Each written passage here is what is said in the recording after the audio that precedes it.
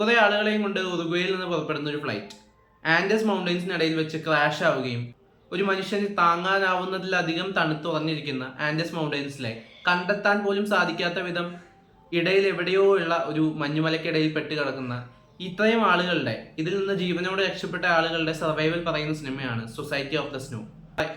കഴിഞ്ഞ വർഷം പുറത്തിറങ്ങിയിട്ടുള്ള cinema watch ലിസ്റ്റിലിട്ടിട്ട് കുറച്ച് നാളായെങ്കിലും ഇപ്പോഴാണ് കാണാൻ സാധിച്ചത്.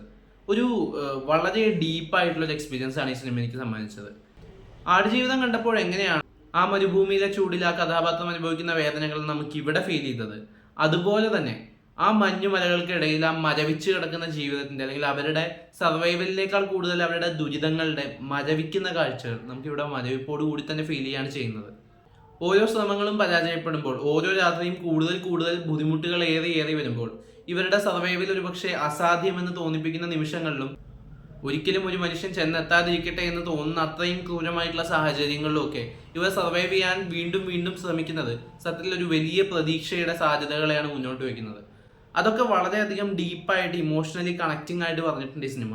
കഥാപാത്രങ്ങളെ എസ്റ്റാബ്ലിഷ് ചെയ്യുന്നതിലും വിഷ്വലി ആ ഒരു ഭീകരത നമുക്ക് തോന്നിപ്പിക്കുന്നതിലും വളരെയധികം തീർച്ചയായും സിനിമ വിജയിച്ചിട്ടുണ്ട്. തിളങ്ങി നിൽക്കുന്ന മഞ്ഞുമലയുടെ ഭംഗിക്കുള്ളിൽ പെട്ടുപോകുന്ന ഒരു മനുഷ്യന്റെ ചെറിയ രൂപം, ആ രൂപത്തിനെ ആ വലിയ ഫ്രെയിമിൽ നമ്മൾ കാണുമ്പോൾ അവന്റെ നിസ്സഹായത അല്ലെങ്കിൽ അത്രയും പേരുടെ നിസ്സഹായതയും അവസ്ഥയും നമുക്കുള്ളിൽ കൊള്ളുന്നുണ്ട്. അവരെങ്ങനെയെങ്കിലും രക്ഷപ്പെടണമേ എന്ന് നമ്മൾ ആഗ്രഹിച്ചു പോകുന്നുണ്ട്. നേരത്തെ പറഞ്ഞ മഞ്ഞുമൽ ബോയ്സ് ആയാലും ആടുജീവിതമായാലും അത്തരത്തിലുള്ള റിയൽ ലൈഫ് ഇൻസ്പയർഡ് സർവൈവൽ സിനിമകളുടെ കൂട്ടത്തിലേക്ക് തന്നെ കൂട്ടാം യഥാർത്ഥ സംഭവത്തെ ബേസ് ചെയ്തിട്ടുള്ള ഈ സിനിമ. എന്നാൽ ഈ ഒരു മിതമായ കാര്യങ്ങൾക്കുള്ളിലേക്ക് ഇറങ്ങുമ്പോൾ ചില സിറ്റുവേഷൻസിൽ വരുന്ന ഹൈ പോയിന്റ്സിനിടയിൽ ഒരു ലാഗ് എനിക്ക് ഫീൽ ചെയ്തു. എന്നാൽ ആ ലാഗിനപ്പുറത്തേക്ക് ഈ സിനിമ സർവൈവൽ സിനിമകൾ ഇഷ്ടപ്പെടുന്ന ആളുകൾ തീർച്ചയായിട്ടും കാണണമെന്ന് ഞാൻ സജസ്റ്റ് ചെയ്യും. കാരണം ഇതിലെ സർവൈവൽ ഡ്രാമയ്ക്ക് ഭയങ്കര ഒരു ലൈഫ് ഉണ്ട്.